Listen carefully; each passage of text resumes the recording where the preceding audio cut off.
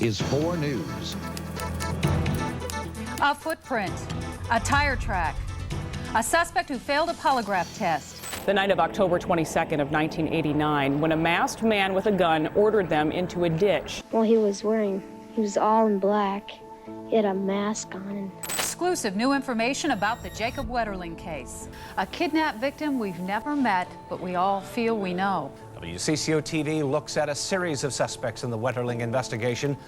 Kids don't turn you on. No, I can't. I don't like kids. Not that I'd kill one. Investigators have checked out literally thousands of potential suspects. And if there's an ounce of compassion in the man who is holding him, he will let him go safely. Listen, Jacob, can you hear our prayers? We love you. Allô Internet! Aujourd'hui, je vais vous parler d'une disparition qui a malheureusement été très connue, entre gros guillemets, aux États-Unis. C'est vraiment dans le pic du stranger danger, là, le phénomène de disparition d'enfants enlevés par des inconnus qui a eu lieu un peu partout dans le monde, mais notamment aux États-Unis. D'où vient l'expression le stranger danger? C'est un peu dans le même type de disparition que Johnny Gosch, Adam Walsh, Ethan Pate, puis tous ces petits garçons-là qui ont été enlevés aux États-Unis, même au Canada, même au Québec, là, avec les enfants qui ont été enlevés le 1er novembre 1984, si je me trompe pas. Bref, c'est une histoire, comme je dis, assez célèbre là, dans le monde du true crime. Donc, il était grand temps que j'en parle sur ma chaîne. Donc, maintenant, on passe au sponsor de la vidéo, puis ensuite, on passe à la vidéo. Restez bien là. Alors, j'aimerais remercier le sponsor d'aujourd'hui, NordVPN. Vous devez maintenant savoir qu'est-ce qu'un VPN. En fait, un VPN, c'est l'abréviation du Virtual Private Network, donc un réseau privé virtuel en français. Un service qui protège votre connexion Internet et votre confidentialité en ligne. Les VPN créent un tunnel chiffré pour vos données, protègent votre identité en ligne en masquant votre adresse IP et vous permettent d'utiliser les points d'accès Wi-Fi publics en toute sécurité. De mon côté, je me sers surtout de NordVPN pour avoir une plus grande variété sur les différentes plateformes de streaming. Comme ces temps-ci, j'ai un bébé de coucher sur moi 90% de la journée, ben j'ai pas grand-chose d'autre à faire que regarder la télé, puis croyez-moi, on fait vite le tour de toutes les Love is Blind sur Netflix. Fait que c'est cool d'avoir un peu plus de variété. Donc, Netflix États-Unis, Netflix Mexique, Netflix France, il y a définitivement plus d'émissions, plus de films auxquels je peux avoir accès grâce à NordVPN. Ce qui est cool aussi, c'est que NordVPN offre une garantie de 30 jours et si vous n'êtes pas satisfait, vous serez remboursé. En ce moment, NordVPN offre une belle promotion à mes abonnés. Donc, lorsque vous prenez le plan de 2 ans, vous obtiendrez 4 mois supplémentaires gratuits en plus d'un gros rabais. Utilisez mon code promo Victoria Charlton VPN qui est écrit juste ici ou vous pouvez cliquer sur le lien dans la barre de description. Profitez-en car l'offre est limitée et croyez-moi, vous pouvez pas vous tromper. Et ben maintenant, passons à la vidéo. This is not a test.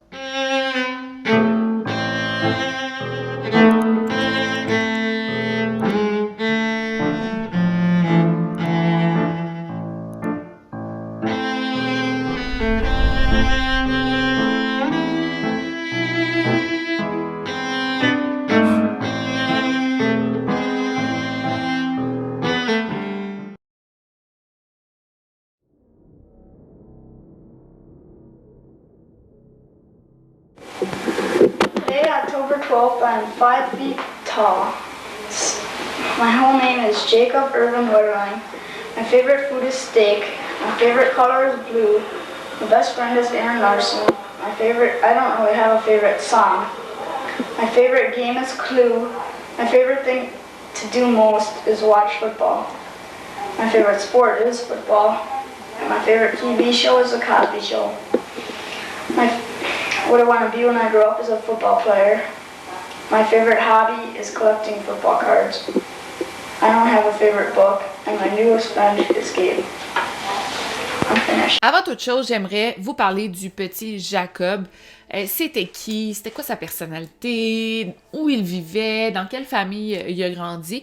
Tout ça, c'est des informations très importantes parce que C'est important de voir que c'est pas juste un petit gars qui a été kidnappé, assassiné, mais c'est un drame qui entoure sa vie. C'est parce qu'au final, c'est un petit garçon comme les autres qui a vécu une mort terrible. Le petit Jacob Wetterling est né le 17 février 1978 dans la ville de Saint Joseph, dans l'État du Minnesota. Il avait exactement 11 ans au moment des faits, donc il était en 6e année. Jacob, c'est vraiment un petit gars ordinaire qui faisait des trucs de petit gars, tu sais, rien de différent. Et on pourrait reconnaître notre petit frère, notre petit neveu, notre fils dans Jacob tellement que c'est un petit gars vraiment comme les autres. On peut dire que c'était un vrai athlète.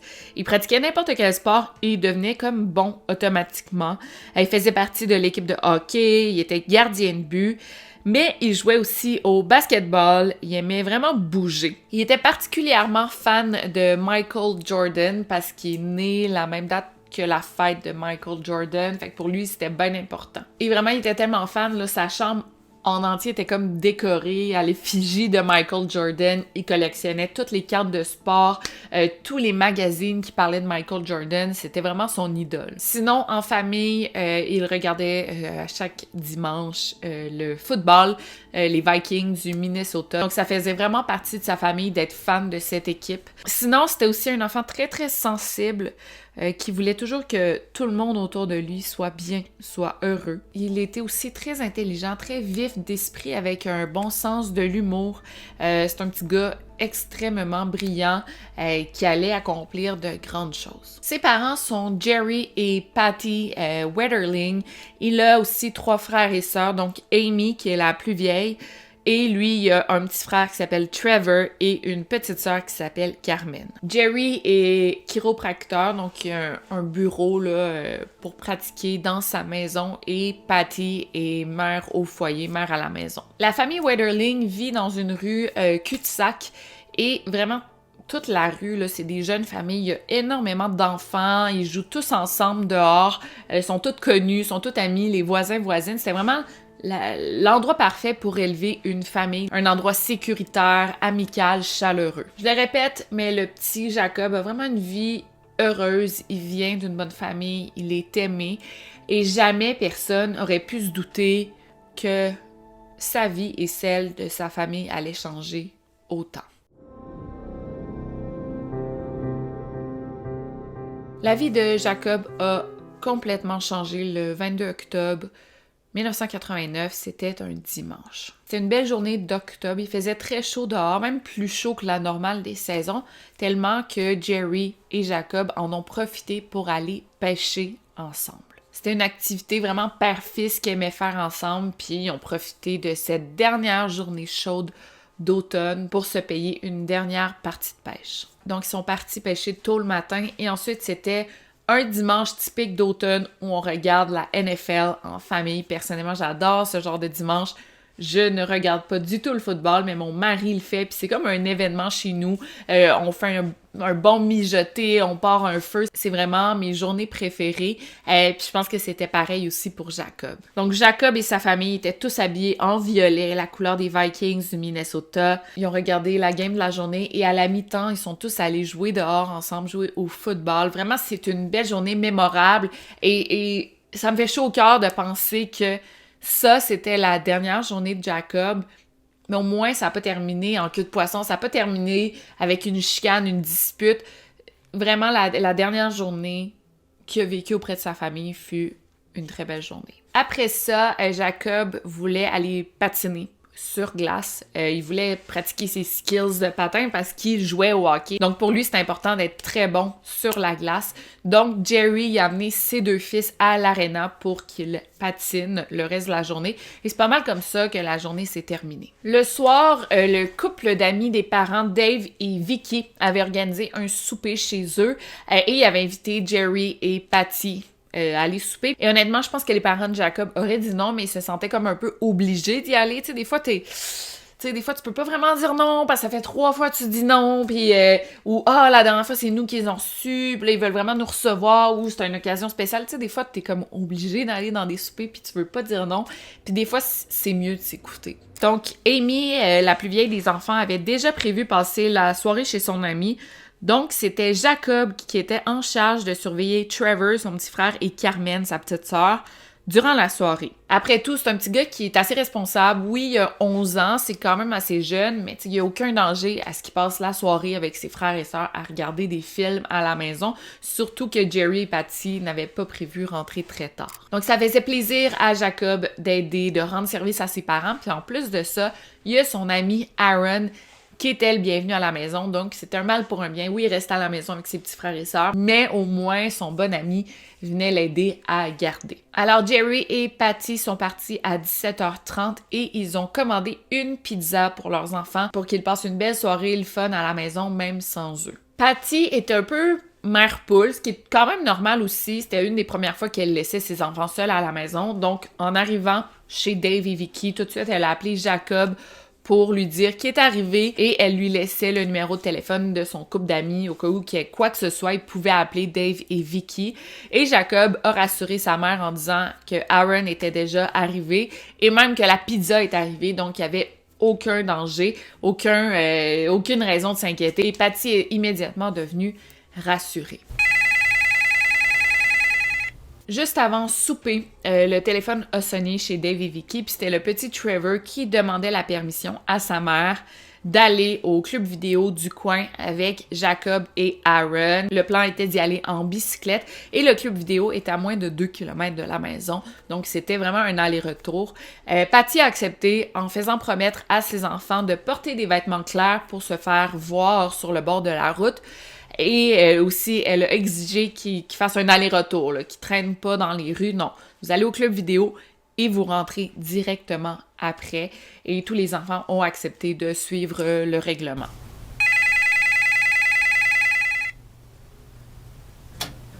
Cinq minutes plus tard, le téléphone chez Dave et Vicky a sonné à nouveau. Cette fois-ci, c'était le petit Jacob qui demandait à sa mère si c'était correct que Carmen reste à la maison puisqu'elle voulait pas accompagner ses frères au club vidéo.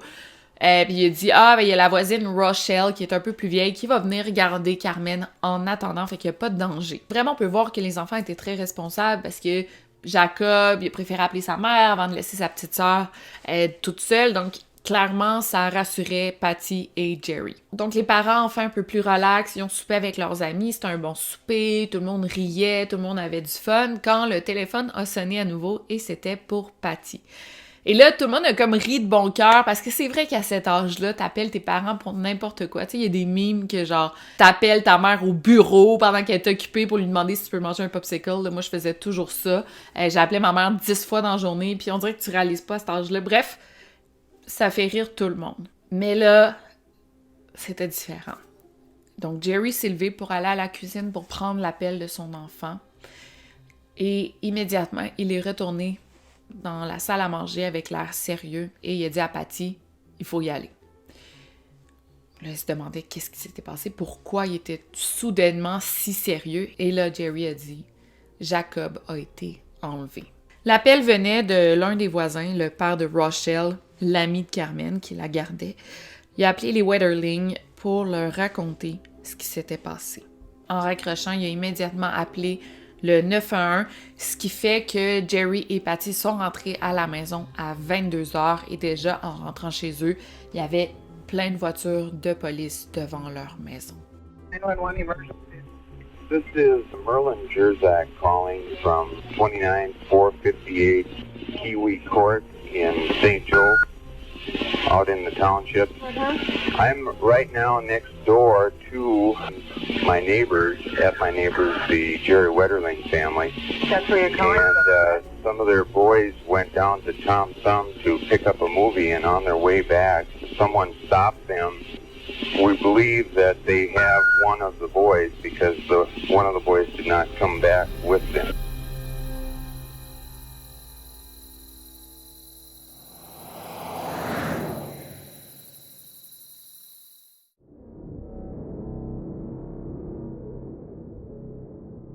Coming down this road here, and we were just talking and everything, and then this guy just came out and he had a gun, I thought it was some kid pulling a prank on us or something, and then he was all in black. He had a mask on, and... You couldn't see his face? Uh-uh. Yeah, he had a nylon mask or some kind of mask. Did Jacob say anything to the man? Just his age. When you ran, did you look back? Yeah, once we got way down there. What did you see? Nothing. No, he wasn't there anymore. Donc, nous avons la version de Aaron et Trevor, et voici ce qui s'est passé. Il était environ 21h quand c'est arrivé. Les trois garçons ensemble, ils ont pris leur bicyclette et se sont rendus jusqu'au club vidéo. Les garçons ont loué le film de Naked Gun et se sont achetés aussi des suçons, des sucettes pour manger sur le chemin du retour. Les garçons conduisaient leur vélo tranquillement parce que il faisait noir dehors, là, à l'automne, il fait noir quand même tôt. Il n'y avait pas de lune non plus cette soirée-là, puis il n'y avait pas trop de lumière sur le bord de la route, donc il était prudent. Mais en même temps, tu sais, c'est pas super inquiétant parce que c'est un quartier qu'ils connaissent très bien, c'est un petit quartier, ils connaissent les rues comme le fond de leur poche. Puis aussi, on parle de 2 kilomètres là, de route pour se rendre jusqu'à la maison. Il n'y a rien de dangereux là-dedans. Quand ils ont pris la dernière petite côte pour rentrer chez eux, il y a un homme qui est sorti de nulle part, qui a intercepté les garçons en disant « Arrêtez-vous, j'ai un gun ». He grabbed Jacob and then he told me to run as fast as I could into the woods or else he'd shoot. Les garçons, sous le choc, se sont arrêtés. Et tout ça s'est produit devant le terrain de la famille Rassier. Trevor possédait une lampe de poche. J'imagine que c'était une petite lampe sur son vélo. Ce qui a permis aux garçons de voir de quoi avait l'air l'homme. Donc, selon leur description, il portait du noir des pieds à la tête et portait un masque, comme une cagoule un peu, possiblement un genre de bas de nylon sur la tête. Il mesurait environ 5 pieds 10 et avait une stature qu'on décrirait de médium, donc pas super gros, bâti, ni super mince. Il y avait aussi une voix un peu rugueuse, là, comme un fumeur. Et là, l'homme a ordonné à Trevor d'éteindre sa lampe de poche. Puis, il a ensuite dit au garçon de débarquer du vélo, de se coucher dans le ravin, et si les garçons n'obéissaient pas, il allait leur tirer dessus. Ils ont obéi immédiatement et se sont couchés à plat ventre dans le ravin. Après ça, l'homme a continué à parler, il a demandé aux garçons de chacun dire leur âge. Et là, les garçons ont commencé comme à répondre tous en même temps, et là, il a pointé son arme vers Trevor, qui a dit « Non, toi, t'as quel âge? » Et là, Trevor a répondu « J'ai 10 ans. » Ensuite, il a pointé son arme vers Aaron, qui a répondu qu'il avait 11 ans. Et ensuite, vers Jacob, qui a aussi répondu qu'il avait 11 ans. Après ça, l'homme s'est retourné vers Trevor. Et là, il lui a dit « Toi, tu cours dans les bois le plus vite que tu peux, puis tu te retournes pas. » Trevor a obéi naturellement. Ensuite, il s'est retourné vers Aaron. Il a dit « Tu fais la même chose. Tu t'en vas, puis tu te retournes pas. » Aaron s'est mis à courir. Il a eu le temps de se retourner et voir que l'homme tenait fermement Jacob par les épaules. Aaron a finalement réussi à rejoindre Trevor en courant, mais quand ils se sont retournés pour voir si Jacob les suivait, ils ont réalisé qu'il était pas là. En fait, ils ne voyaient plus ni Jacob ni l'homme inconnu. En rentrant à la maison en panique, en pleurs, les garçons ont tout raconté à la voisine Rochelle, qui a immédiatement appelé ses parents pour leur raconter ce qui s'était passé, et c'est là que l'appel 911 a été passé. Okay, I'll put Trevor on. Okay. And he can answer your question. We've got him pretty well calmed down here. Hello? Trevor? Yeah? You're talking to the sheriff's office. I want you to give me anything you can recall about this male party that approached you guys. Well, he was like a man, sort of big. Well, he was large? Sort of. Okay. And he had it looks sort of like nylon things as a mask. Do you know what color it was? Black, I think. A black mask? Do you know what color jacket he had on? I think it was black too. Did you notice any jeans or anything? Yeah, looks like an idiot. Trevor, do you know what happened to your friend's bicycle? No, we don't know. Nobody knows what happened to that. Because we had to just run off into the woods. Okay, you guys ran off into the woods, but nobody knows what happened to Jacob, right? Yeah.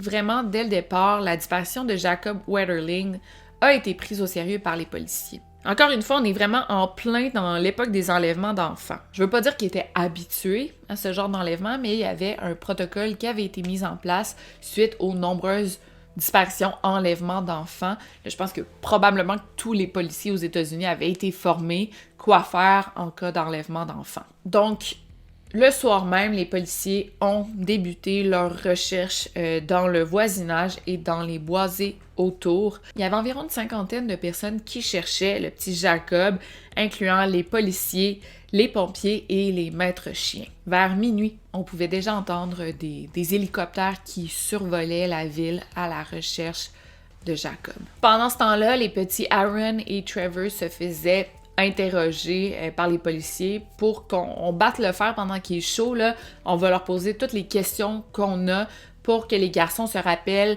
de chaque détail, tandis que c'est frais dans leur mémoire.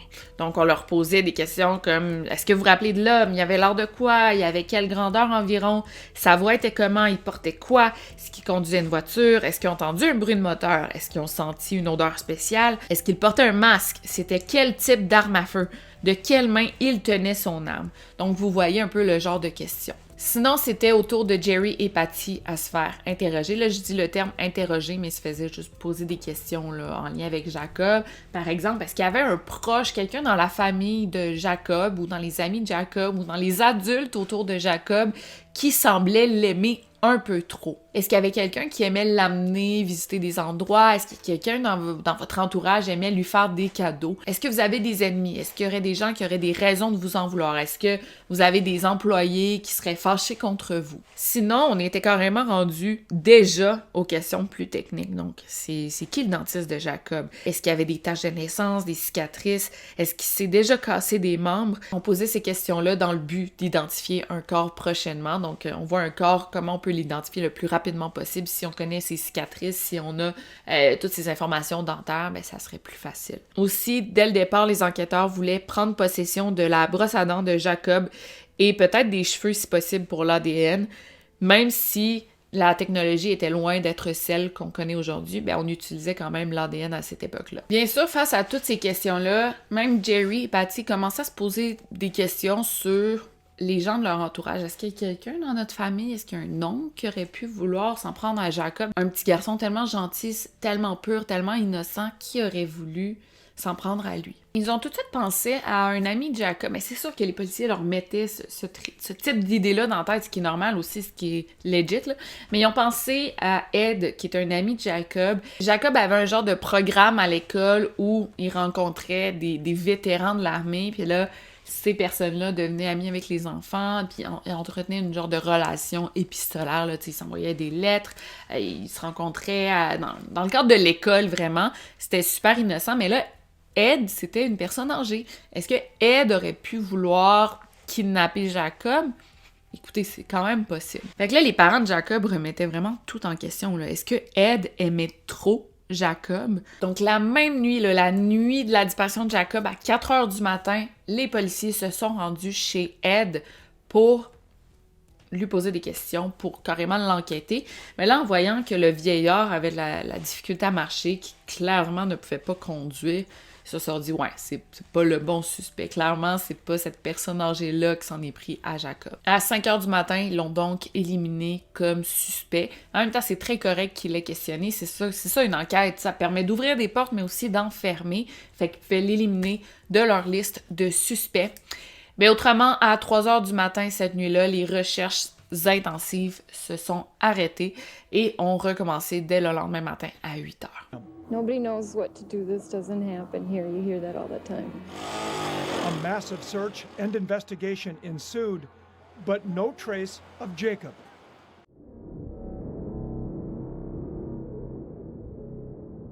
Please call the Stearns County Sheriff's Office at 320-251-4240. Dès le lendemain, la disparition de Jacob était aux nouvelles, mais on parlait d'un enfant perdu dans les bois plutôt qu'un enfant kidnappé. Mais c'est quand même pas une erreur, mais une grosse différence, parce que là, si c'est un enfant kidnappé, on parle d'une personne dangereuse qui est en liberté, on parle d'une personne qui pourrait récidiver, qui pourrait rekidnapper un autre enfant. Donc, Même à ce stade-ci, les termes employés sont vraiment importants. Sur les lieux de l'enlèvement, sur le terrain, il y avait des rubans jaunes de police qui encerclaient la scène de crime et il y avait déjà plusieurs policiers sur place qui fouillaient le tout. Et dans le ravin, il y avait toujours les vélos des petits garçons qui traînaient par terre. Vraiment, la police, on peut dire qu'elle est, à ce moment-ci, quand même impressionnante. Elle avait bien organisé son enquête. Il y a un centre de contrôle qui a été établi. Il y a des chiens pisteurs qui ont été amenés de la ville de Minneapolis. Il y avait des traces de pneus et de pas qui ont été retrouvées sur la scène de l'enlèvement. Et il y a des genres de plâtres qui ont été faits pour les conserver avant qu'ils disparaissent avec la neige et tout.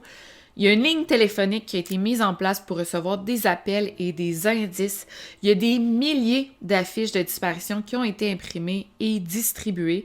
Vraiment, je le répète là, mais le stranger danger et l'épidémie de kidnapping d'enfants était à son plus fort dans les années 80, donc c'était pris au sérieux immédiatement. Et ce qui est fou, c'est que les enquêteurs commençaient tranquillement à raisonner Patty et Jerry en leur disant que le kidnapping de Jacob était probablement un sex crime, donc un enlèvement motivé par le sexe ou plutôt de la pédophilie. Donc les enquêteurs arrêtaient pas de parler de l'enlèvement de Jacob comme quelque chose de, j'aime pas ça dire sexuel, mais oui, comme un événement de la part de pédophile.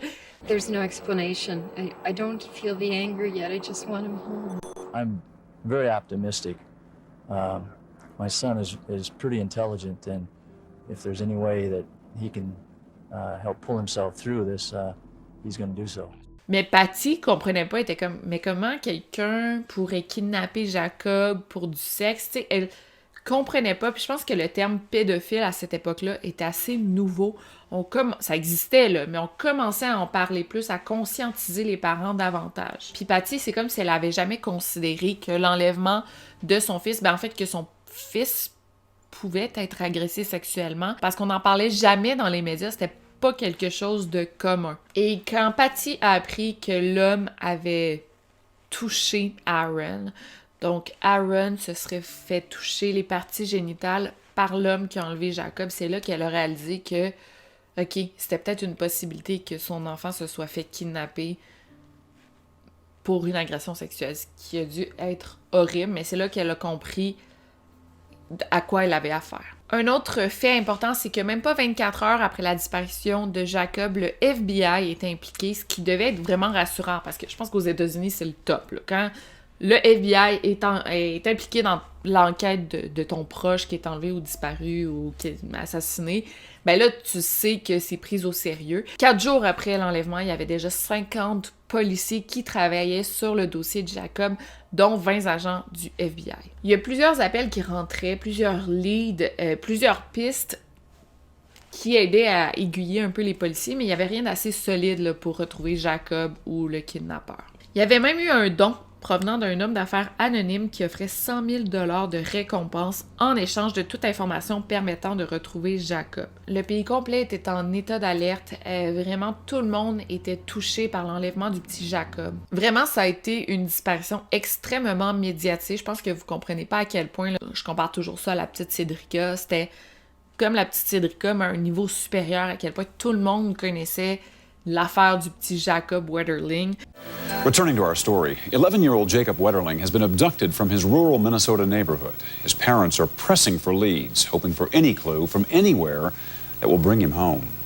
Their efforts are getting national attention and are about to take off in a direction the family never expected. Here again, Keith Morrison. Almost from the moment he disappeared, it seemed that Jacob Wetterling was everywhere. At a Vikings football game, in thousands of flyers, and searches, and prayers. Please come home. Please come home. And above all, there was Patty. And what I need is for all of you to pray so hard for Jacob and bring him back to us. A week after Jacob's abduction, here was Patty leading a rally of 1,000 people, among them Jacob's classmates. Yes, he had to feel that, you guys. He's coming home soon. Thank you so much. Par exemple, le 28 octobre, Terry Steinbach, un joueur de baseball qui jouait pour les Athletics d'Oakland, a décidé de porter un J sur son casque en l'honneur du petit Jacob. Donc, Même les plus grands sportifs en parlaient, là. Ça n'a pas été long que les enquêteurs ont décidé de se tourner vers les parents pour les interroger, les questionner séparément. Plusieurs soupçonnaient Jerry, le père de Jacob, après l'avoir vu à la télévision, parce que selon le public, Jerry avait pas l'air d'un homme tant touché, triste ou fâché de la disparition de son enfant, parce qu'il était quand même...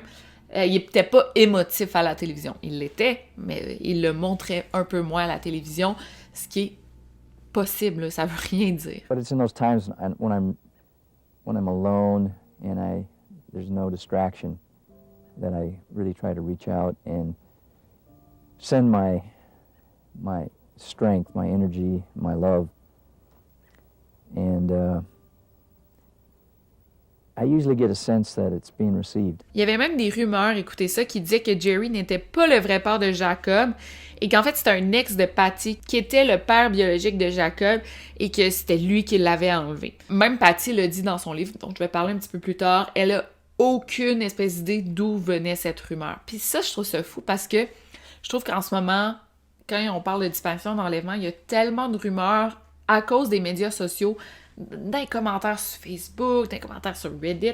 C'est comme une machine à rumeurs, mais là, à cette époque-là, il n'y avait pas de médias sociaux. Fait que d'où venaient ces rumeurs? Comment c'était partagé? C'est bizarre quand même là, qu'il y ait autant de rumeurs fondées sur absolument rien. Mais il y a quand même un truc qui a sonné une petite cloche d'alarme chez les policiers, et avec raison. En fait, en 1973, donc une quinzaine d'années plus tôt, 6 mois après le mariage entre Jerry et Patty, Jerry s'est joint à un groupe religieux appelé Baha'i Faith. Je suis pas sûre que je le prononce comme il faut. Hi, I'm Rainn Wilson, and today we're going to learn a little bit about the Baha'i Faith. De ce que j'ai lu, c'est un groupe religieux très free spirit. Il n'y a pas d'église en tant que telle et les réunions entre adeptes se font dans leur maison. Donc, je sais pas si c'est une religion officielle, là. Et de ce que j'ai lu, encore une fois, c'est assez positif, là. Cette religion, c'est pour la paix dans le monde, pour l'égalité raciale, l'égalité des genres, l'éducation universelle et l'harmonie entre la science et la religion. Donc, c'est assez positif. Patty, de son côté, n'était pas vraiment vendue pour cette religion. Elle a essayé de se joindre, elle a essayé de comprendre, mais c'était pas son genre, mais elle appuyait quand même les croyances de son mari. Donc, ce groupe religieux a vraiment intéressé les policiers parce que pour eux, c'était nouveau. Mais rapidement, ils ont réalisé que ça menait à rien, cette piste-là. Mais vraiment, ils ont questionné Patty et Jerry pendant 3 heures, en tout 3 longues heures. Ils voulaient tout savoir sur leurs croyances, justement, mais aussi sur leurs relations, leur vie sexuelle, leur mariage, leurs amis, etc. Clairement, les enquêteurs pouvaient croire que Jerry était un potentiel suspect, mais c'était extrêmement frustrant pour les parents de voir que les policiers enquêtaient sur Jerry, alors qu'il était 100% innocent. Mais pendant ce temps-là, c'est comme si de précieuses heures n'étaient pas passées à enquêter un autre suspect, à chercher le vrai coupable, tu sais. Là, vous vous concentrez juste sur moi, mais c'est pas moi, fait que cherchez le vrai coupable. C'est qui a enlevé mon enfant? Puis dépêchez-vous avant qu'il soit trop tard. You look, initially you have to look at the family in these situations. You know, it had to be done and it was okay, but just my emotional state was not the greatest at that point. Sinon, il y a un autre suspect intéressant qui est sorti en 2002. Là, j'avance vraiment dans le temps. Là, on va revenir à la ligne du temps initiale. Mais il y a eu la fameuse enquête du journal Boston Globes qui a révélé toutes les agressions sexuelles et les viols provenant des membres du clergé de l'Église catholique dans la région de Boston. Il y a même eu un bon film là, qui s'appelle Spotlight, très connu, là, qui couvre cette affaire-là. Ça a été vraiment une grosse enquête médiatisée qui a complètement changé l'Église, la religion à Boston. Et tout ça, ça s'est pas seulement passé à Boston, mais aussi dans la ville de Collegeville, qui est pas trop loin de Saint Joseph, où Jacob s'est fait enlever. Donc là, suite à ces révélations qu'il y a des membres du clergé qui auraient agressé sexuellement des enfants, les policiers se sont demandé si Jacob aurait pas été victime de ça. Et effectivement, il y a le frère Tom Gillespie et un certain Matthew Finney qui étaient sur la liste des 18 prêtres qui ont été accusés d'avoir eu des comportements inappropriés envers les enfants, mais aussi Matthew Finney, il avait déjà été arrêté pour avoir agressé sexuellement des jeunes garçons. Et il a même été ajouté sur la liste des délinquants sexuels du Minnesota, là. Donc ça avait vraiment été pris au sérieux. Mais l'affaire troublante, là, c'est que ces deux hommes-là, ces deux frères-là, qui ont été accusés d'avoir agressé des enfants, ils étaient déjà allés à des événements chez les Wetterling. En fait, ils étaient allés le lendemain de la disparition de Jacob pour offrir leur support aux Wetterling, même que le frère Tom Gillespie avait même servi la messe pour la vigile de Jacob. Et Matthew Finney lui avait donné sa carte d'affaires à Patty Wetterling pour inviter ses autres enfants, donc les frères et sœurs de Jacob, pour qu'ils aillent tous écouter un film chez lui suite à l'enlèvement de Jacob pour qu'ils aillent se changer les idées. Donc c'est quand même dégueulasse et incroyable que deux pédophiles qui ont été accusés plus tard, ils ont appuyé les Wetterling, là, puis même, tu sais, il y en a un qui dit « Ah, tes enfants peuvent venir écouter un film chez nous, ça va leur changer les idées. » Voyons donc. Mais ces deux hommes-là ont été enquêtés par la police, puis il n'y a rien qui est sorti de tout ça. Mais en réalité, les polices enquêtaient vraiment toutes les pistes, aussi ridicules soient-elles. Il n'y a aucune pierre qui n'a pas été retournée. Genre, il y avait des rumeurs qui voulaient que Jacob aurait été enlevé dans le but de faire un rituel satanique et qui aurait été sacrifié le soir de l'Halloween. Ils ont enquêté ça, ils ont même interrogé tous les patients de Jerry, même leurs conjoints, conjointes, ex-conjointes, parce que Jerry, c'est un chiro, fait qu'il y avait des gens qui venaient chez lui qui ont probablement rencontré Jacob. Fait que toutes ces personnes-là ont été interrogées. Ils ont interrogé aussi tous les professeurs de Jacob, tous ses coachs, les prêtres et même les responsables des scouts, des club de scouts, même si Jacob n'a jamais été dans les scouts. Mais tu sais, il se dit, OK, des adultes qui travaillent avec les scouts, puis il y a eu quand même plusieurs scandales là, dans les organisations comme les scouts, là. Fait qu'il a interrogé tout adulte qui côtoyait des enfants pour voir s'il n'y avait pas un lien avec le kidnapping du petit Jacob. Et les parents aussi recevaient toutes sortes d'appels. Il y a des médiums qui appelaient pour dire qu'ils voyaient que Jacob était mort. Il y en a d'autres qui disaient qu'ils voyaient qu'il était en vie, même qu'il reviendrait bientôt. Ils ont reçu d'autres appels de personnes qui se faisaient passer pour Jacob, d'autres appels de gens qui croyaient avoir vu Jacob un peu partout à travers le monde, là. Il aurait été vu dans un vol pour Amsterdam, dans un refuge de sans-abri à Twin Cities, dans un marché dans le Nevada, dans un spectacle à Phoenix, dans un marché aux puces au Nouveau-Mexique. Vraiment, là, ça arrêtait pas. Puis ça doit être stressant parce qu'ils doivent se dire, ben là, ça n'a pas de sens, on a reçu tellement d'appels, mais si on n'enquête pas, imagine, c'est lui pour de vrai, tu sais. C'était surtout drainant pour les parents parce que ça leur créait des faux espoirs. Parfois, c'était carrément la police qui enquêtait, mais parfois, ils se disaient, OK, non, c'est ridicule, c'est sûr, c'est pas Jacob. Mais les parents se disaient, ben, si la police enquête pas, nous, on va enquêter parce que eux, ils sentaient que chaque piste devait être suivie, là, juste pour, encore une fois, fermer des portes. The heartbeat of humanity is beating for him. I know it will give him strength. And if there's an ounce of compassion in the man who is holding him, he will let him go safely. Listen, Jacob, can you hear our prayers? We love you. Can you hear the... Il y a même une fois, il y a un couple du Minnesota qui croyait avoir vu Jacob en Floride, sauf que, oui, il ressemblait beaucoup à Jacob, mais il était très, très maigre, il semblait avoir peur, fait que pour eux, je sais pas, ça fitait avec les circonstances, et fait que le petit garçon qui ressemblait à Jacob était accompagné d'un homme, et l'homme semblait tenir l'enfant très près de lui, genre comme pour pas qu'il se sauve. Fait que, évidemment, l'homme a été appréhendé et ils ont réalisé que l'enfant n'était pas Jacob, mais c'était un autre enfant porté disparu et il a pu rentrer à la maison grâce à ça. Fait que non, c'était pas Jacob, mais grâce à la vigilance, l'hyper-vigilance des gens, ben il y a un autre petit garçon qui a été sauvé. C'est fou, là. J'aurais vraiment aimé, d'ailleurs, vous trouver le nom du petit gars, là, pouvoir vous donner les détails sur cette histoire-là, mais comme ça finit bien, c'est moins médiatisé, j'imagine. Mais bref, ça montre à quel point c'est encourageant de voir que parfois ce type d'information, ça peut porter fruit, puis ça peut sauver des vies, résoudre des affaires.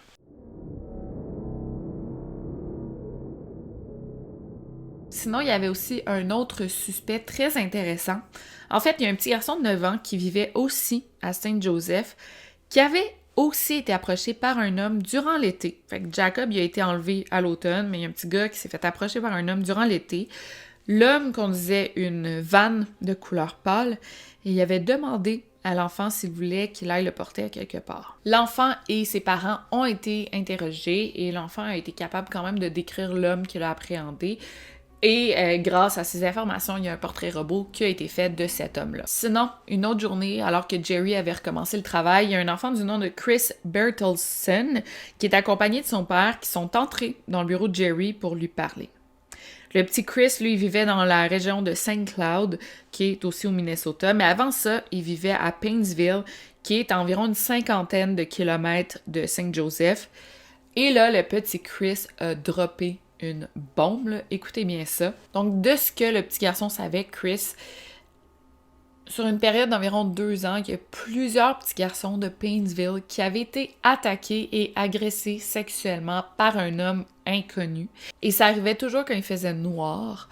Puis Chris, là, il est au courant de 7-8 instances où des petits garçons se sont fait agresser sexuellement et lui-même aurait été victime de ça à 2 reprises, là. C'est pas rien. Donc là, témoignage super intéressant. Puis en faisant le tour, ils ont remarqué qu'il y avait un homme du nom de Dwayne Hart qui avait une 40aine d'années qui lui-même avait été arrêté pour avoir agressé sexuellement des petits garçons. Un homme de Painesville, mais il n'a jamais fait de la prison. Donc les gens le connaissaient, ils savaient que c'était un prédateur sexuel, ils savaient qu'il fallait s'en méfier, mais ils ne savaient pas si c'était lui qui avait agressé tous les petits garçons à Painesville, mais vraiment, là, tu sais, il y avait un gros doute, là, tu sais, on parle d'un agresseur sexuel de petits garçons, tu sais. And you didn't hurt Jacob? No. Any idea who did? I have no idea. Little kids don't turn me on, no. Kids don't turn you on? No. They turn No, I can't. I don't like kids. Not that I'd kill one. Well, you know anybody who's into kids? No. I have no idea. You don't know anybody who's into kids? No. Movies of kids, pictures of kids? Not that I can think of, no. The next day, police arrested this man for possession of child pornography. Wouldn't lie to me about Jacob or anything we've talked about. Nope. Today. Nope, there's no lie at all there. Honest to God, truth. Okay. Et le pire dans tout ça, c'est que Chris avait déjà fait part de son expérience aux policiers 2 jours après la disparition de Jacob. Donc, il avait appelé la police pour leur dire « Écoutez, cet homme-là, il est bizarre, ou moi, il m'est arrivé ça, mais il n'y a jamais eu de retour. » Donc, en apprenant ça, Jerry et Patty ont tout de suite appelé la police pour leur dire « Hey, il y a cette situation-là qui se passe à Painesville. Il y a aussi cet homme-là, Dwayne Hart, qui est vraiment louche.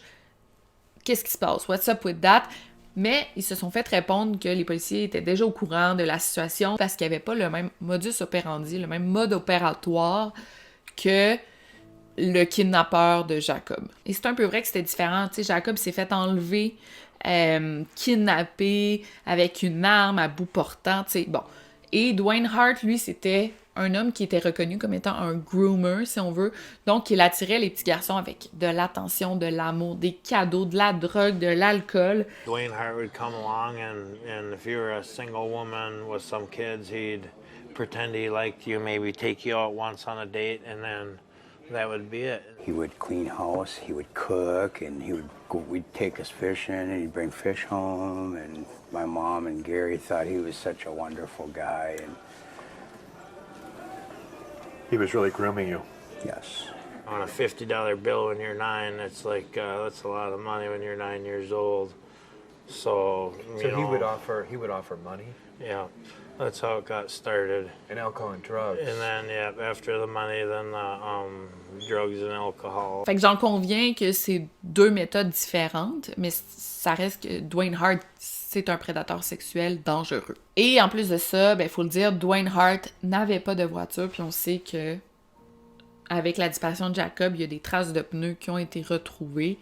Donc, ça l'a quand même mis au bas de la liste de suspects. Mais après la visite de Chris, il y a un autre petit garçon qui a donné son propre témoignage très troublant. Écoutez bien ça. Le petit Jared de 13 ans avait aussi été kidnappé et agressé sexuellement dans la ville voisine appelée Cold Spring. Et tout ça s'était produit 9 mois avant la disparition de Jacob. Vraiment, les 2 enlèvements sont très, très, très similaires, seulement que dans le cas de Jared, ben, il a survécu. En fait, selon son histoire, ça s'est produit le 13 janvier 1989, vers 21h30 aussi, Jared rentrait à la maison, il faisait sombre, c'était au mois de janvier, il faisait froid. Puis il y a un homme en voiture qui l'a arrêté pour lui demander des directions. Juste là, c'est louche. Tu sais, pourquoi un homme adulte demanderait des indications, des directions à un enfant de 13 ans, tu sais? Je suis pas mal sûre que tu peux t'arrêter à une station-service, tu peux demander à n'importe qui d'autre des informations pour retrouver ton chemin, là. Donc, le petit Jared s'est approché de la voiture pour indiquer le chemin. Et là, l'homme, il a comme attrapé Jared, il a dit qu'il avait une arme à feu et l'a obligé à embarquer dans la voiture et de s'asseoir sur la banquette arrière. L'homme a ensuite amené le petit Jared dans un endroit isolé. Il l'a agressé sexuellement. Puis ensuite, il l'a ramené à Cold Spring. Il lui a dit de sortir de la voiture et de courir le plus rapidement possible, sinon il allait lui tirer dessus. This would be the area where I was dropped off and told to run, don't look back or he would shoot. C'est définitivement un scénario identique. Là, on parle d'une arme à feu, de la façon que s'exprime l'homme, c'est cours, sinon je vais te tirer dessus. L'heure qui a été kidnappée, vraiment, c'est pareil. Et le FBI trouvait aussi qu'il y avait une grande ressemblance avec la disparition de Jacob. À l'époque, quand c'est arrivé, Jared était allé à la police, puis il avait tout donné son témoignage, puis la police lui avait demandé de donner une description de l'homme qui l'avait enlevé pour qu'on puisse faire un portrait robot. Après la disparition de Jacob, quand il a redonné sa version des faits, il a raconté son histoire à nouveau, la police a dit « Ok, ben là, on va te redemander toutes les informations, tous les détails que tu te rappelles pour refaire un portrait robot de l'homme, parce que là, on prend ça plus au sérieux, parce que là, on parle de 2 enfants qui ont été kidnappés possiblement par le même homme. Fait qu'ils ont fait venir un professionnel de Washington qui travaillait pour le FBI. Ils l'ont fait venir en vitesse, en urgence, au poste de police pour qu'il puisse à nouveau reproduire un portrait robot. Et dès le lendemain, il y a eu une conférence de presse pour dévoiler le sketch, le portrait robot, l'homme qu'on cherche, et là, ça a porté fruit. Après ça, il y a plusieurs victimes qui ont appelé la police, qui se sont prononcées, qui ont offert leur propre témoignage, mais aussi il y a plusieurs personnes qui ont appelé en disant reconnaître l'homme sur le portrait robot, puis ont aussi donné de l'information à la police. C'est qui cet homme-là? Qu'est-ce qu'il fait dans la vie? Pourquoi on pense le reconnaître? Tous ces appels, toutes ces informations-là ont permis d'identifier un nouveau suspect très intéressant, un homme de Painesville, rien de moins, un homme dans la fin vingtaine, un homme du nom de Danny Heinrich, qui était aussi un suspect dans le cadre de l'agression de Jared. La police a même retracé l'ancienne voiture de Heinrich et ils ont fait asseoir Jared dedans pour voir comment il se sentait. Est-ce que c'est cette voiture-là qui t'a enlevé? Est-ce que ça t'est familier, cette voiture-là? Et là, le petit Jared a répondu que oui, c'était probablement la voiture dans laquelle il avait été enlevé.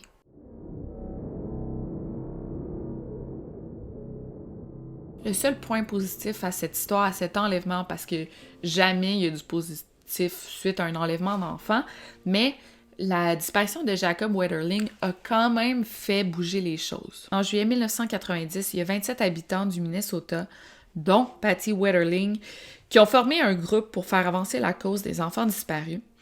Et ça, ça a été une réaction directe au kidnapping du petit Jacob. Leur tâche principale était d'obtenir une vision d'ensemble du grave problème des disparitions d'enfants au Minnesota et de penser à des solutions pour faire avancer les choses et proposer le plan d'action au gouverneur général. On pourrait là comparer ça à l'organisme Enfants Retour ici au Québec, dont je suis marraine. C'est un organisme qui fait du travail très, très, très important. Puis je pense que c'est un peu la même chose là, avec l'organisme dont fait partie Patty Wetterling. J'ai regardé pour le fun et en date du mois d'avril 2024, il y a 24 enfants disparus au Minnesota. Et c'est très possible qu'à l'époque, il y en avait plein d'autres, mais peut-être que ça a été résolu ensuite. Mais des cas assez connus là, sont Kevin Ayotte, c'est un cas très connu de disparition, Christopher Kersey, dont j'ai déjà parlé dans un de mes livres de Garder l'œil ouvert, puis il y a aussi Brandon Swanson, qui n'a jamais été résolu. Il y en a plein d'autres, là, mais ça, c'est des cas assez populaires, si on veut.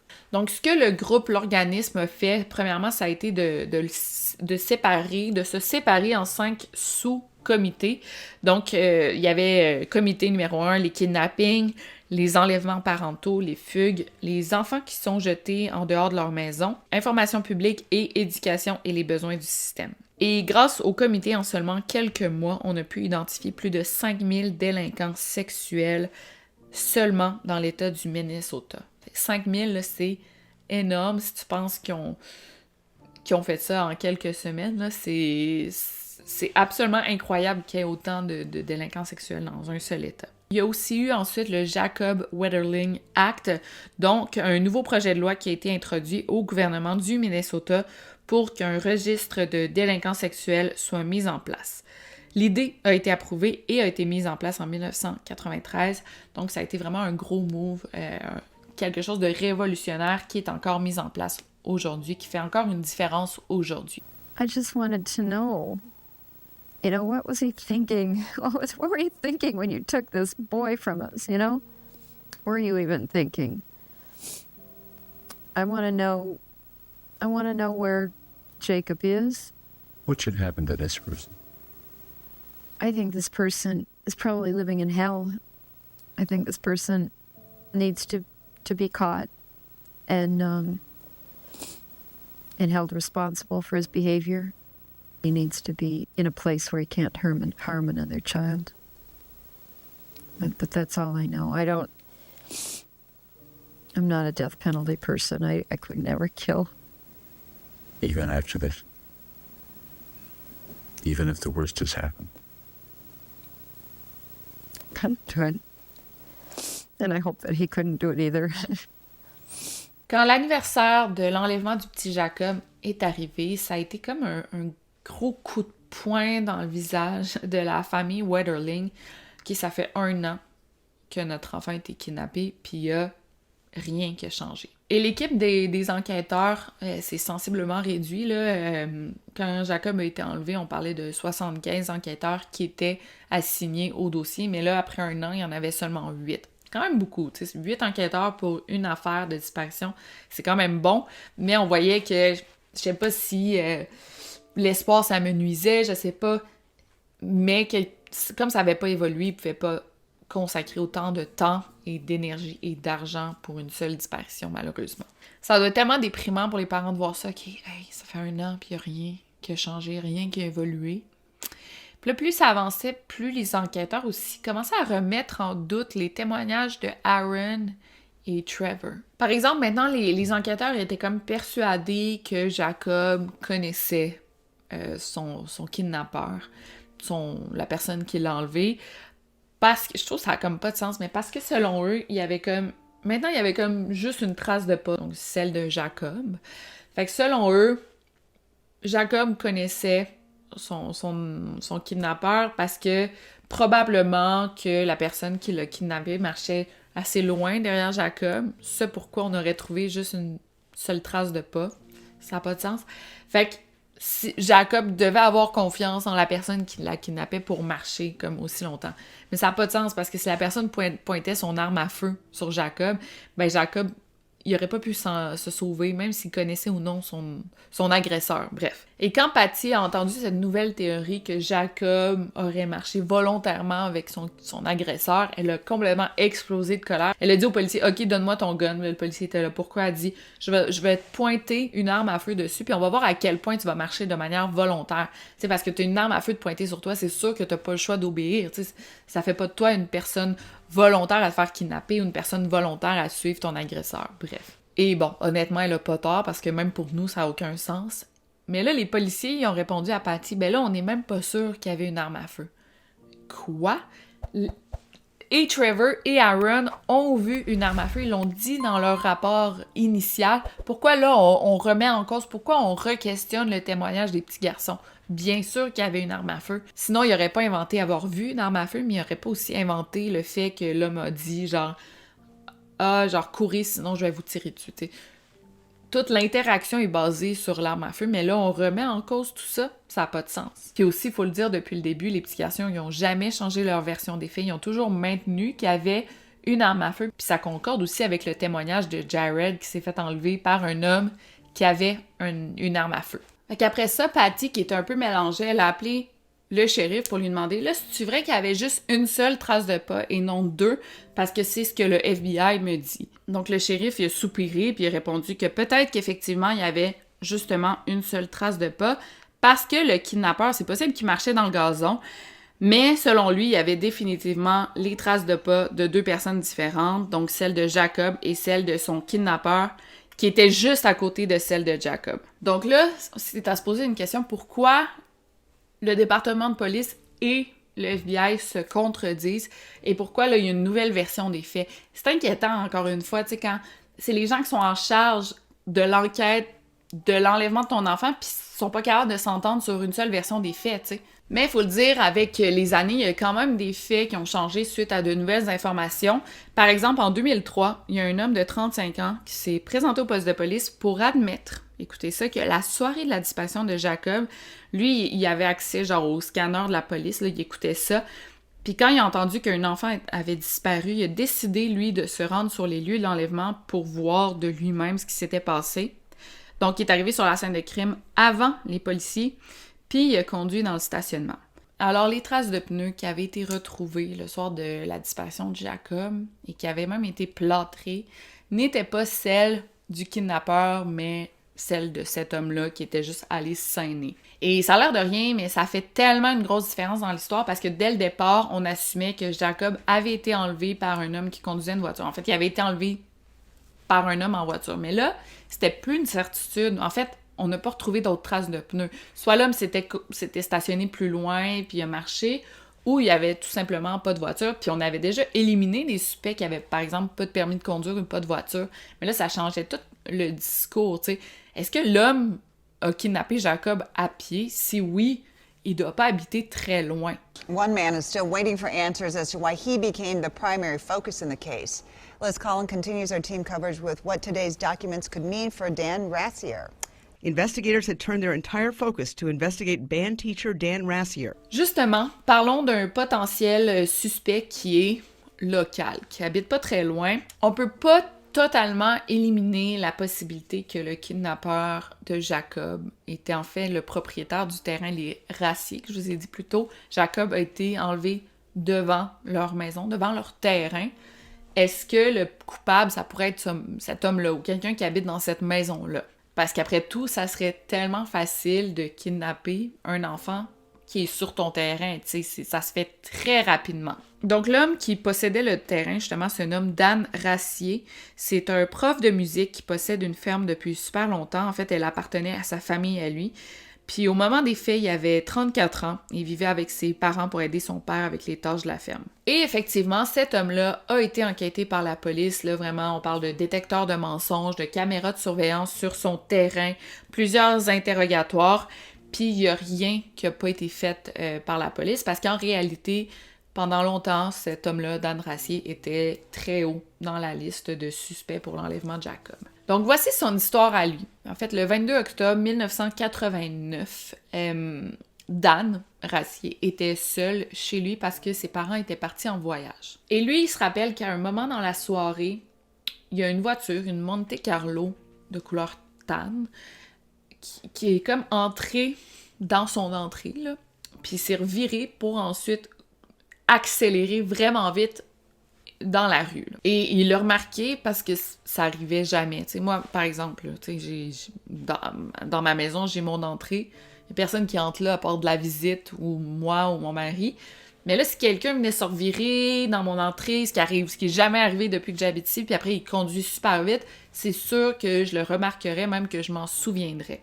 Et là, un peu plus tard dans la soirée, son chien, Smokey, s'est mis à aboyer sans arrêt pour une raison inconnue. Encore une fois, c'est assez inhabituel. Nanette, elle aboie presque jamais.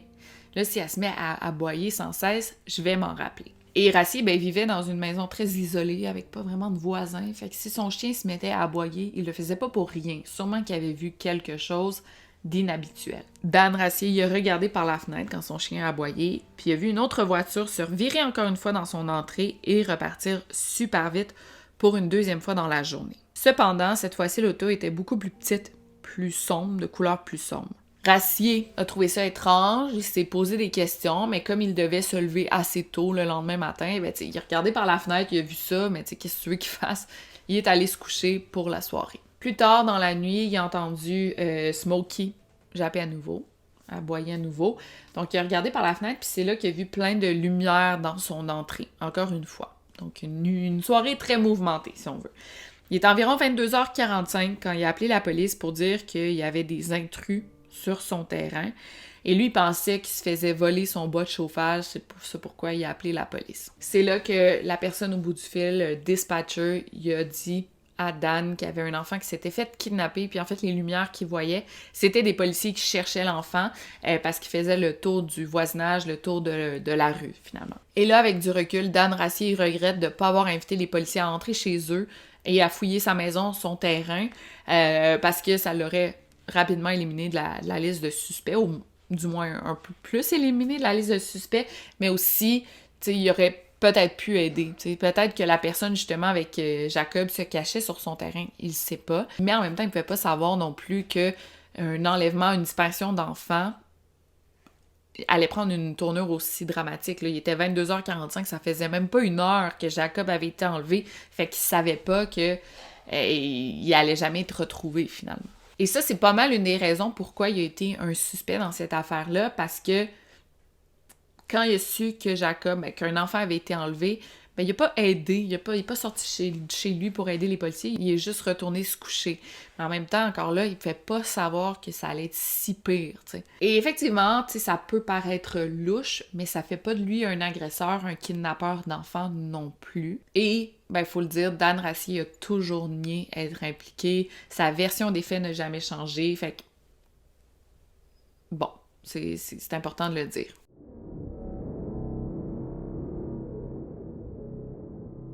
Bad day. Le 30 juin 2010, la petite sœur de Jacob, Carmen, qui passait près de chez elle, qui était près de chez elle, a été surprise de remarquer plusieurs chiens, plusieurs voitures de police, plusieurs policiers sur le terrain où Jacob a été enlevé, soit la ferme des Rassier. C'est là que la famille Wetterling a appris qu'il y avait une nouvelle recherche qui était mise en place sur la propriété des Rassier. C'est fou parce que la famille Wetterling n'était pas au courant, mais il y avait déjà plein de journalistes sur place. Fait qu'il y a des journalistes qui sont en train de filmer tout ce qui se passe, mais toi, t'es la mère du petit gars disparu, puis t'es même pas au courant qu'il y a des nouvelles recherches. Et pourtant, c'était pas la première fois que la propriété était fouillée. Ils en étaient à leur 3e fouille sans résultat. Bon, fait il faut le dire, là, les Wetterling, rendus en 2010, il n'y avait pas grand espoir, mais quand même.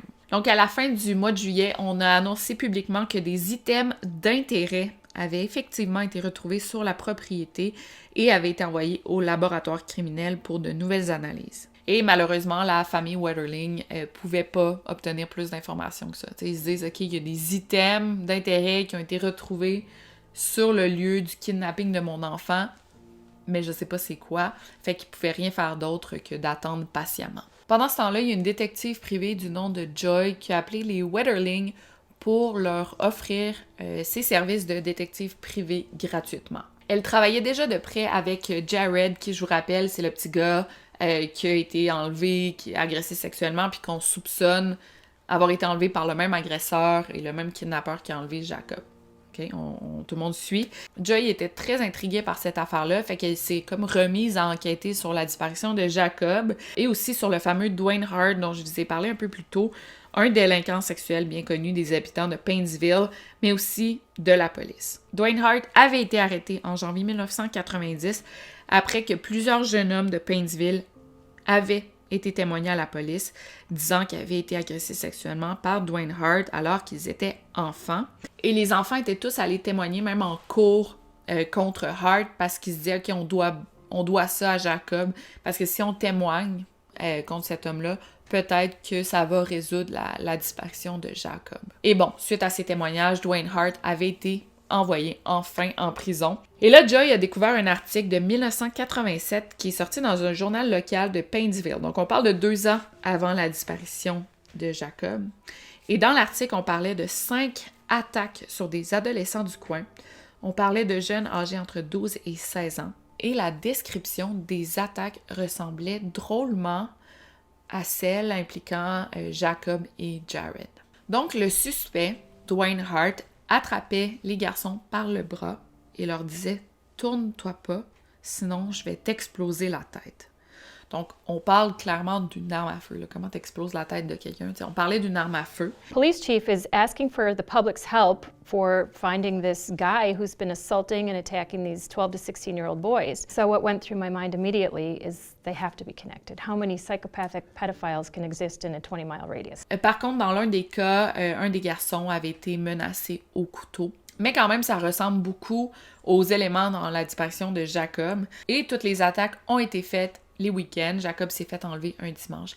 Puis Dwayne Hart attendait toujours qu'il fasse noir dehors, donc entre 21h30 et 2h du matin. L'homme est décrit comme étant environ 5 pieds 11, costaud, un homme qui peut courir vite. Durant l'une des attaques, il y a l'une des victimes qui avait réussi à se défendre et avait comme frappé l'agresseur, ce qui avait fait tomber sa casquette. Et à l'époque, la police avait saisi la casquette pour des tests ADN.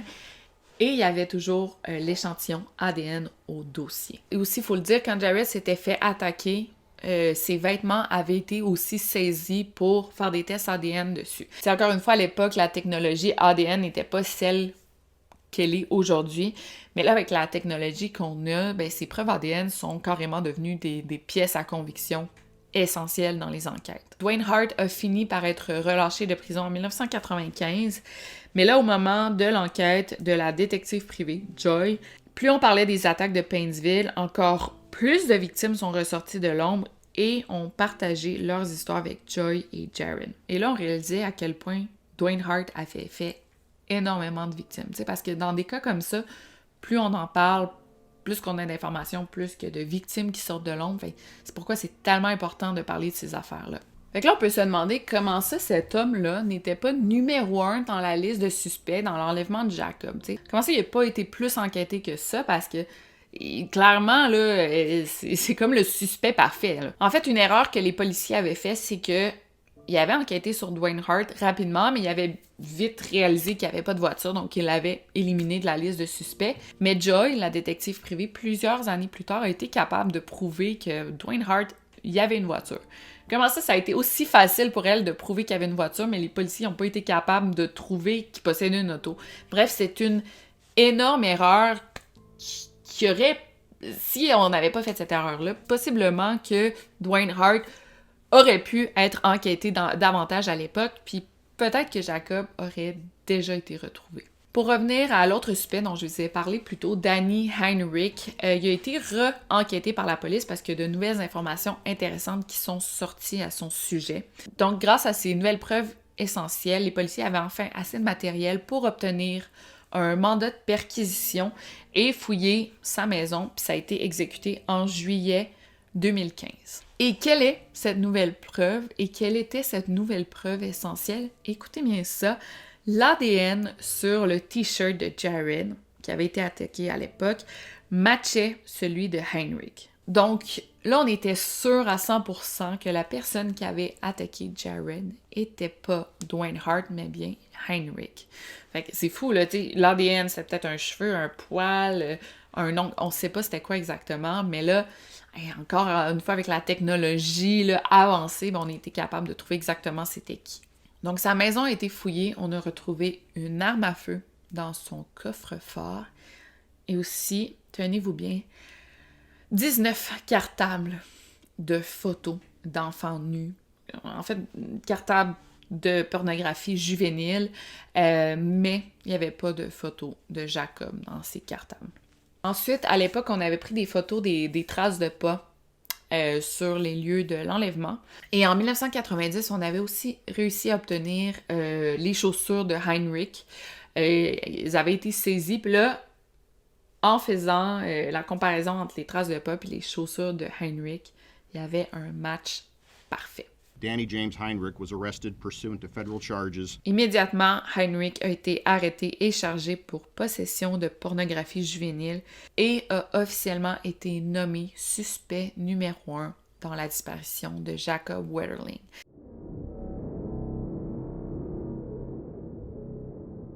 Heinrich a plaidé non coupable aux 25 charges de possession de pornographie juvénile.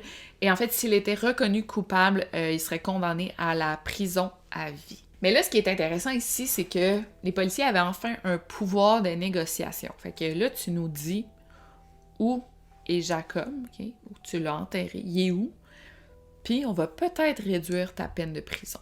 Et il faut le dire aussi, malheureusement, on ne pouvait pas charger cet homme-là pour l'agression sexuelle de Jared à cause du délai de prescription. Là. Ça faisait trop longtemps que c'est arrivé, on ne pouvait plus le charger, même si on était sûr que c'était lui. Mais pour revenir au deal, c'était vraiment déchirant pour les parents de Jacob d'accepter ce deal-là. En fait, si Heinrich disait où se trouvait le corps de Jacob, et si effectivement Jacob était retrouvé, ben Heinrich serait condamné à 20 ans de prison pour une charge de possession de pornographie juvénile, mais il serait pas chargé pour le meurtre de Jacob. C'est tellement difficile parce que tu dis, OK, oui, on retrouve Jacob, mais il n'y a jamais de justice qui est rendue, il n'est pas accusé formellement, mais s'ils disent non, l'homme il est condamné à une peine de prison à vie, mais on va jamais savoir il est où Jacob. C'est quand même une grosse question là, à se poser. Qu'est-ce que tu veux? Tu veux-tu retrouver ton enfant sans justice ou tu veux de la justice sans retrouver ton enfant? Bon, c'est assez simpliste de dire ça comme ça, mais c'est quand même ça. T'sais. Finalement, après mûre réflexion, et les Wetterling et Heinrich ont accepté le deal. Donc tout ça allait se produire en 4 étapes. Premièrement, Heinrich et ses avocats allaient donner les données géographiques spécifiques indiquant où se trouvaient les restes de Jacob. Deuxième étape, les enquêteurs et le FBI commenceraient les fouilles. Troisième étape, si des preuves étaient retrouvées, Heinrich allait être interrogé par la police et il dirait en détail ce qu'il a fait à Jacob la soirée du 22 octobre 1989 et ce qu'il a fait à Jared le 13 janvier 1989. Il plaiderait coupable à une charge de pornographie juvénile et serait condamné à 20 ans de prison, mais il ne pourra jamais être chargé pour l'enlèvement, l'agression et le meurtre de Jacob. Finalement, la 4e étape, si aucune preuve n'était trouvée, Heinrich serait quand même offert un plaidoyer de culpabilité s'il accepte d'être interrogé. Donc, selon les indications de Heinrich, les fouilles ont commencé à 8h30 le matin, le 31 août 2016. Et quand on y pense, là, 2016, ça fait pas si longtemps que ça. Bon, je sais pas, parce que c'est moi qui est vieille, là, je veux dire... Mais ça fait quoi, 9 ans, tu sais? Ça fait 9 ans, mais la disparition de Jacob a eu lieu avant que je naisse, là. Tu sais, en tout cas, ça fait pas si longtemps, mais c'est long avant qu'on obtienne justice, finalement. Bref. Donc, le lieu fouillé était une ferme à Paintsville. Le couple qui possédait la ferme ne savait pas pourquoi on fouillait leur ferme. Il n'y a aucune information qui leur était donnée, mais ils collaboraient énormément avec la police. La police a vraiment essayé de garder tout ça low-key parce que ils voulaient pas de journalistes sur place. Donc, ils sont allés fouiller, ils étaient tous habillés en civil, des voitures non marquées, puis ils voulaient pas que ça se sache avant qu'on ait un résultat, finalement. Et ça devait être tellement stressant pour les Wetterlings parce que, tu sais, pour la première fois, ils sentaient que c'était vrai, là, tu sais, il y avait de quoi qui allait se passer. Que ça soit positif ou négatif, le résultat, il y aurait une réponse. Et Patty le dit d'ailleurs dans son livre, là, je vais vous lire un extrait que j'ai traduit. Il était juste 9h45 et je savais pas quoi penser. J'étais inquiète qu'il trouve quelque chose, mais aussi inquiète qu'il trouve rien. Parce qu'effectivement, t'as peur que le corps de ton fils soit retrouvé parce que ça veut dire qu'il est mort. Mais en même temps, t'as aussi peur qu'il trouve rien parce que tu veux enclencher ton processus de deuil, tu veux que le corps soit retrouvé pour enfin, pas passer à d'autres choses, parce que je pense que tu peux jamais passer à autre chose, mais juste comme fermer ce chapitre-là de ta vie un peu. Moins de 2 heures plus tard, les Wetterling ont enfin reçu un appel. Le manteau de Jacob avait été retrouvé. Un peu plus tard, à 14h15, des ossements et des dents avaient été retrouvés. Et les policiers avaient, dès le départ, les informations dentaires de Jacob, donc il pourrait être identifié assez rapidement. Around noon, I think, when they found Jacob's jacket, which was heartbreaking to me. Hey, c'est fou, j'ai des frissons, là, tout le corps. Les parents se sont vite dirigés sur la scène de crime, la scène fouillée. Et en arrivant, le shérif avait les yeux pleins d'eau. Puis il a dit au Wetterling que Jacob avait enfin été retrouvé. Mais là, attendez, c'est pas fini parce que Patty était toujours pas convaincu que c'était son fils parce qu'il y a un petit jacket qui a été retrouvé, mais il n'y avait pas le nom de Jacob sur le jacket. Fait que la policière a dit, ben là, vous êtes sûr que sur le jacket, il y avait le nom de Jacob?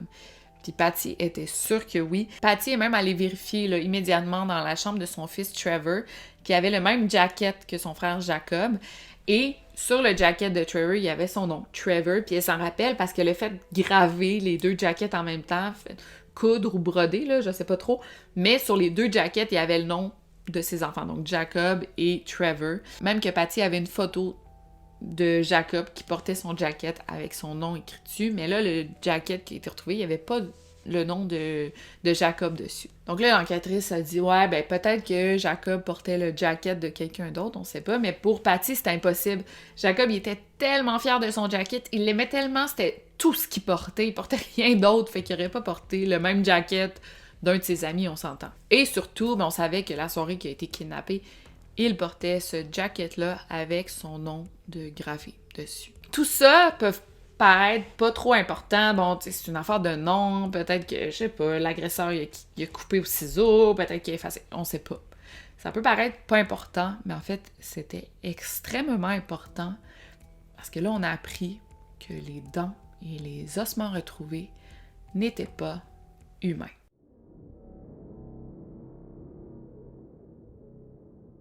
Deux jours plus tard, une équipe d'experts ont été amenés sur les lieux du crime pour identifier les restes. En fait, 2 jours plus tôt, il y a une erreur qui avait été commise. Les restes qui avaient été retrouvés n'appartenaient pas à des animaux du tout, c'était bel et bien des restes humains. En plus de ça, il avait fait une autre découverte, soit le chandail de soccer de Jacob, identifié au numéro 11, et avec le nom de Wetterling dans le dos. Après 27 ans, les Wetterling savaient enfin où se trouvait leur fils. Maintenant, on était enfin rendu à l'étape 3, soit l'interview de Heinrich. Et c'est pas mal là qu'il a donné tous les détails, aussi atroces soient-ils, de l'enlèvement du petit Jacob. A man admitted killing their son and described the murder which occurred 27 years ago. Je vous le dis, c'est extrêmement difficile à entendre, là, donc trigger warning. Vous pouvez vraiment avancer cette partie-là, parce que bon, ça change rien au contexte, là, mais c'est vraiment, je trouve, atroce d'entendre ça. Donc, selon les dires de Heinrich, Jacob s'est fait kidnapper parce qu'il était vraiment comme au mauvais endroit, au mauvais moment. Donc, Heinrich s'est rendu à Saint-Joseph dans l'espoir de trouver un petit garçon, puis conduit en rond jusqu'à temps que l'opportunité se présente. Il a aperçu une gang de petits gars qui revenaient du magasin en vélo, puis c'est là qu'il a vu sa chance d'en kidnapper un.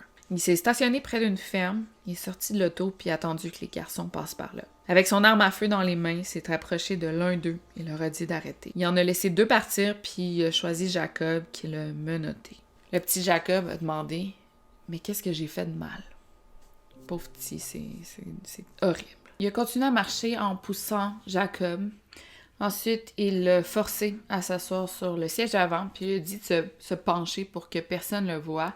Puis, il l'a ensuite conduit jusqu'à Painesville où il vivait. Il s'est rendu à un genre de pit de sable. Il a forcé Jacob à sortir de la voiture. Il lui a dit de se déshabiller, puis il l'a agressé sexuellement. Quand il a eu terminé, Jacob a dit qu'il avait froid, donc il lui a permis de se rhabiller. Jacob s'est revêtu, puis a demandé s'il pouvait rentrer à la maison. Ça me brise tellement le cœur. Puis Heinrich il a répondu que non, il pouvait pas le ramener chez lui, puis Jacob s'est mis à pleurer. Heinrich a sorti son gun à nouveau. Il l'a pointé sur la tempe de Jacob. Il a tiré, mais il n'y a rien qui est sorti. Pendant ce temps-là, Jacob pleurait, il attendait de se faire tuer, là. Il a réessayé, puis cette fois-ci, ça a fonctionné, mais Jacob n'est pas tombé. Heinrich lui a tiré dessus à nouveau et là, Jacob s'est effondré.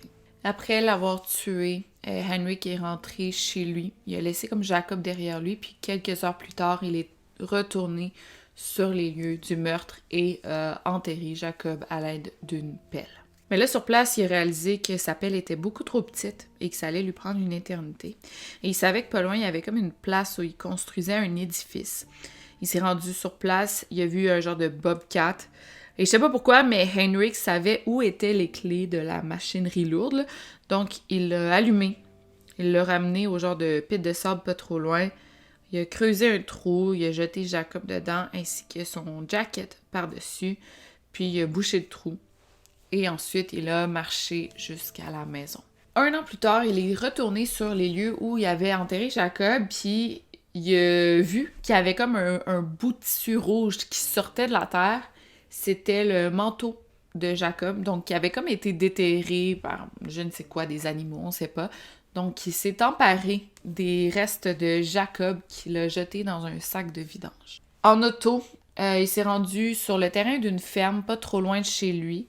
Et là, il a enterré Jacob à nouveau. Wow! Imagine entendre tout ça en tant que parent. Tu sais, que ton fils, il a dit qu'il avait peur, qu'il a eu froid, qu'il pleurait, qu'il demandait de rentrer à la maison, qu'on a déplacé ses restes. Donc, Danny venait d'avouer qu'il avait kidnappé, agressé sexuellement et tué Jacob, mais il a aussi dit qu'il était responsable de l'enlèvement de Jared. Face à ses confessions, le juge lui a assigné la peine maximale pour possession de pornographie juvénile et Danny Henrik pourrait être libéré de prison en 2032. Ça approche quand même, là, c'est dans 7 ans, mais bon, peut-être qu'il va pas être libéré non plus. Quel récit épouvantable. Jacob, il a eu froid, il a eu mal, il a eu peur, il s'est fait tirer à 2 reprises. Une fois sans que ça fonctionne, il s'est effondré. Je pense que c'est la pire chose qu'un parent peut entendre. Tu sais, s'il s'était fait tirer directement durant le kidnapping, tu sais, sans l'agression, sans ses dernières paroles, tu sais, sans qu'il s'en rende compte, c'est sûr, ça aurait été moins pire, là. Ça a été grave, mais je veux dire, ça, c'est comme le pire récit, là. Sinon, par rapport à Danny Henrik, écoutez ça. On a appris quelques années plus tard que quand il était enfant, son frère et lui avaient tous les deux été agressés sexuellement par le conjoint de leur mère. Et cet homme n'était nul autre que Dwayne Hart. C'est fou pareil, là. Tu sais, comme tout est dans tout, là. Tu sais, je veux dire, aussi, ça me prouve que quand t'es victime d'agression sexuelle, ça te traumatise à vie. Bon, j'excuse rien, mais tu sais, parfois, souvent, c'est un cycle qui se répète. Pas toujours, là, je veux vraiment pas dire que c'est toujours le cas, mais ça peut se produire que c'est ça. Les 2 délinquants sexuels de Painesville, finalement, étaient comme reliés, en quelque sorte. Et ce qui est frustrant dans cette histoire-là, c'est de savoir que Danny Henrik, c'était un suspect dès le départ, mais il n'y avait pas assez de preuves, pas assez d'informations, pas assez d'indices pour l'arrêter officiellement. T'sais, sûrement que plusieurs enquêteurs ou policiers l'avaient dans la mire, mais ils ne pouvaient rien faire pour l'arrêter finalement. You know, the parents just desperately need to know what happened to their boy. Absolutely, I don't blame them. But there's nothing I can tell them. And do you have any information about the abduction of I Jacob have White? no information whatsoever. That's the truth. Fait que c'est sûr qu'on aurait pu conclure l'affaire beaucoup plus tôt, mais en même temps, c'est pas sûr qu'il aurait parlé non plus. Puis aussi, les techniques d'enquête ont tellement changé à travers les années. Je veux dire, même celles qu'on a là aujourd'hui, dans 15 ans, ça va avoir changé. T'sais, ça évolue de jour en jour, je crois. Les policiers suivent des nouvelles formations, sont plus sensibilisés, il y a des nouvelles technologies, il y a plus de budget, il y a plein de raisons pour lesquelles ça change en 20, 30 ans. Mais je sais pas si ça excuse tout, mais ça peut nous donner une idée de pourquoi il n'a pas été arrêté à l'époque. Donc voilà pour l'affaire de Jacob Wetterling. J'espère que je vous en ai appris plus sur cette affaire-là qui, encore une fois, c'est pas célèbre. J'aime pas ça dire que c'est célèbre, mais oui, en fait, tous les résidents des États-Unis connaissent cette histoire-là. Ça a tellement affecté le monde. Ça a aussi changé les choses grâce au Jacob Wetterling Act. Bref, c'est ça, je vais en parler. Sinon, je vais vous parler du livre là, qui m'a inspiré cette vidéo. Écoutez, c'est Dear Jacob, A Mother's Journey of Hope par Patty Wetterling et Joy, la détective privée qui a aidé à résoudre l'affaire. Écoutez, je veux pas dire que c'est pas un bon livre, c'est la mère de Jacob qui l'écrit, puis en fait, c'est ça. Je l'ai lu, puis ça m'a comme pas aidé pantoute pour ma vidéo, là. Peut-être quelques informations, mais j'ai vraiment dû compléter avec mes propres recherches sur Internet. Ce que je fais toujours, mais souvent, les informations essentielles que je peux recueillir dans une vidéo longue, ça vient du livre, mais là, ça n'a pas vraiment été le cas. Écoutez, si vous voulez vous le procurer, vous pouvez. Je vais mettre le lien dans la barre de description. Il est probablement pas traduit. En fait, c'est sûr qu'il n'est pas traduit en français. Mais, tu sais, j'ai surligné quand même pas mal d'affaires, mais Ça parle beaucoup de Patty Wetterling, en fait, comment elle a vécu l'enlèvement de son fils, mais aussi qu'est-ce qu'elle a fait après. Elle a recommencé à travailler, elle s'est beaucoup impliquée justement auprès d'organismes venant en aide aux familles d'enfants disparus. Puis, mais on parle beaucoup de sa vie à elle. Moi, où elle est née, ses parents à elle, c'est pas quelque chose qui m'intéresse dans le cadre d'une vidéo. Ses enfants, plus tard, comment ils ont grandi, c'est pas quelque chose qui m'intéresse, mais si oui, vous pouvez le lire. Mais c'est ça, pour avoir plus d'informations sur l'affaire de Jacob, je ne vous recommande pas ce livre. Il m'a aidé un peu, oui, certes, mais c'est ça. C'est savoir ce qu'elle a fait pendant 20 ans après la disparition de son fils, c'est moins mon truc. Mais bon, regarde, c'est quand même une mère qui est traumatisée. Si ça a pu l'aider à un peu surmonter cette épreuve, d'écrire un livre, ben let's go, là, tant mieux. Puis si ça peut l'aider aussi financièrement d'acheter son livre, ben c'est encore mieux. Fait que voilà pour la recommandation. Sinon, ben c'était tout pour cette vidéo. N'oubliez pas de garder l'œil ouvert et ben over and out. Bye. My whole name is Jacob Irvin Wetterling. My favorite food is steak. My favorite color is blue. My best friend is Aaron Larson. I don't really have a favorite song. My favorite game is Clue. My favorite thing to do most is watch football. My favorite sport is football. And my favorite TV show is The Cosby Show. What I want to be when I grow up is a football player. My favorite hobby is collecting football cards. I don't have a favorite book, and my newest friend is Gabe. I'm finished.